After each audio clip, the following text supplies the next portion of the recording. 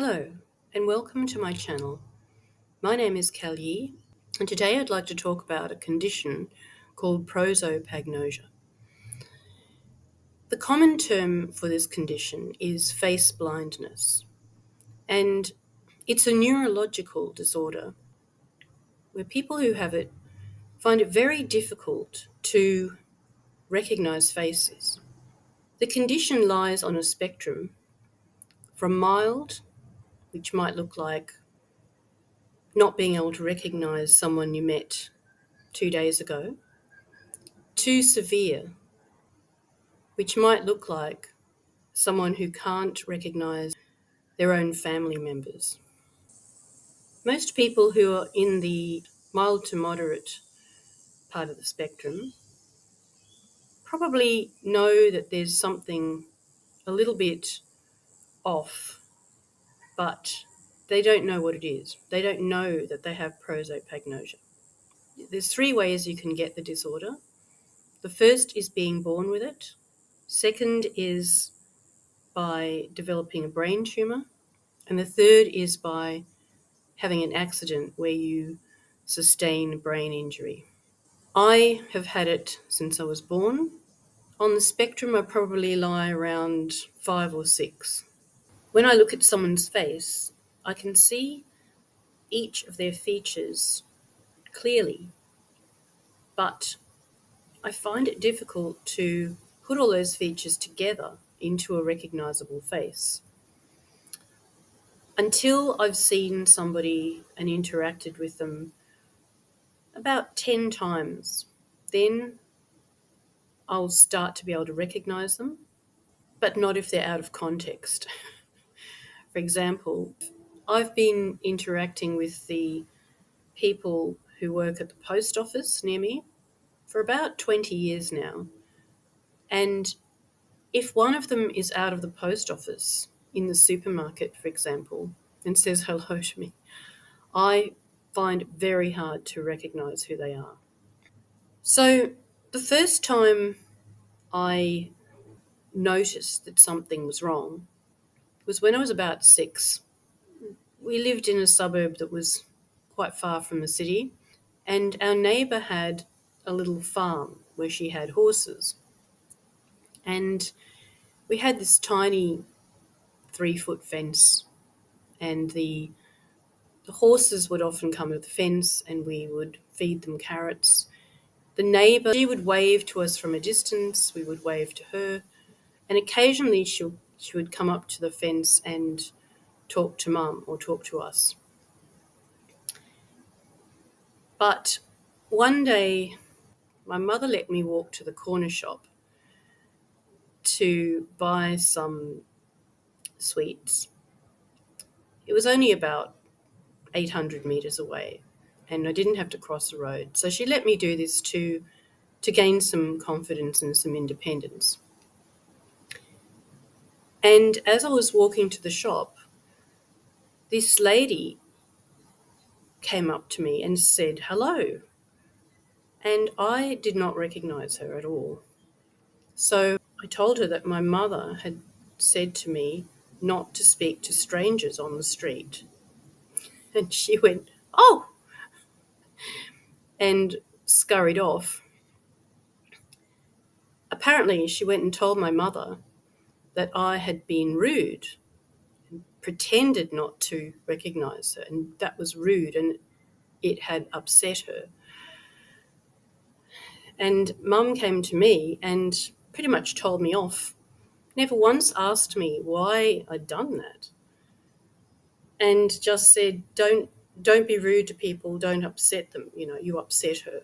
So I knew something was wrong, but I didn't know what it was. And I was too young to work it out at that stage. As I grew older, I encountered these problems more and more, not recognizing people who I should be able to recognize.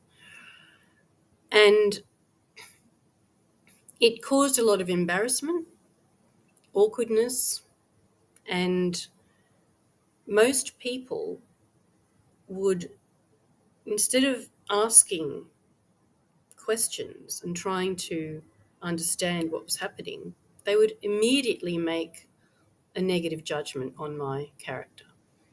So I was rude or I was snobby. Whereas the truth was, even if I'd spoken to them the day before, I could not recognize them.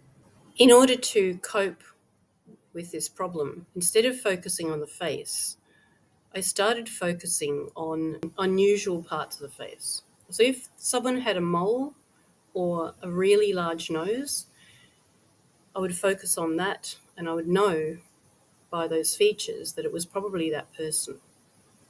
Also, I would focus on the hair. If someone had beautiful dyed purple hair, then I would know who that was by the colour of their hair.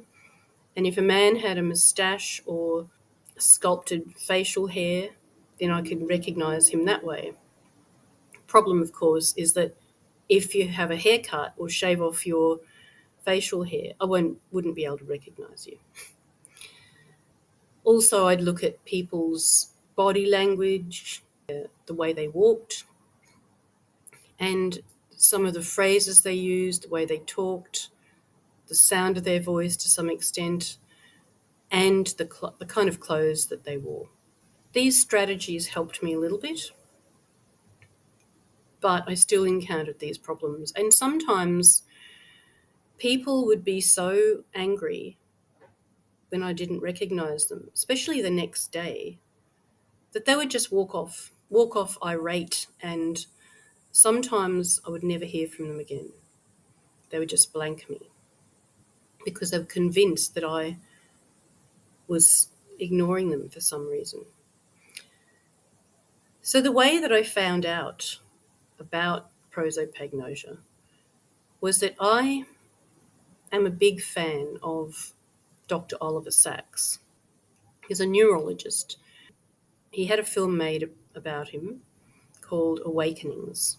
I think it starred Robert De Niro and Robin Williams. It was quite a famous film in its time.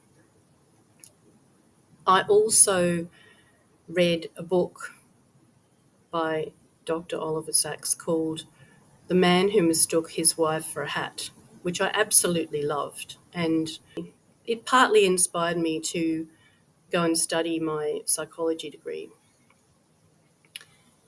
And in 2014, Dr. Sacks put out another book called In the Mind's Eye. And it's about neurological disorders that people suffer that only affect their vision. And there's a whole chapter devoted to prosopagnosia. And as soon as I read this, I knew that's what I had, and it was a huge relief. Dr. Sacks actually had prosopagnosia himself, and to a very severe degree. He couldn't recognise his own family members, and he couldn't even recognise himself. In the book, he estimates that maybe 10% of Americans have prosopagnosia to a mild or moderate degree, and maybe 2% of the population in America has it to a severe degree. And he was hoping that one day people will know about prosopagnosia and it will become like dyslexia is now.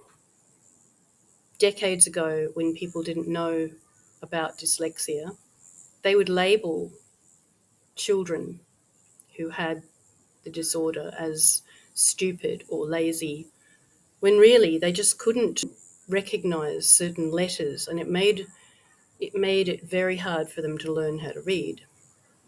But they were not stupid or lazy. And so Dr. Sacks said, his hope is that one day, through education, people will understand about prosopagnosia and know that it's a neurological disorder. It's not a reflection on people's character. And I hope so too. I actually volunteered to be a subject in a study at the University of Queensland where I studied my psychology degree. actually rang up and said, is there any studies going on? This is about 3 years ago. And there was. A professor from Scandinavia had come over to specifically to study the disorder. And so I was one of the first people to be studied at the university. So I hope that if you encounter someone who doesn't recognize you when they should, or you have it yourself, feel free to leave a comment about your experiences or who you might suspect has prosopagnosia now. I'd be really interested to read those comments. So I hope you found this video interesting and informative. Wherever you are in the world, I wish you love and courage on your journey, and thanks for watching. And I'll see you next time. Take care and bye for now.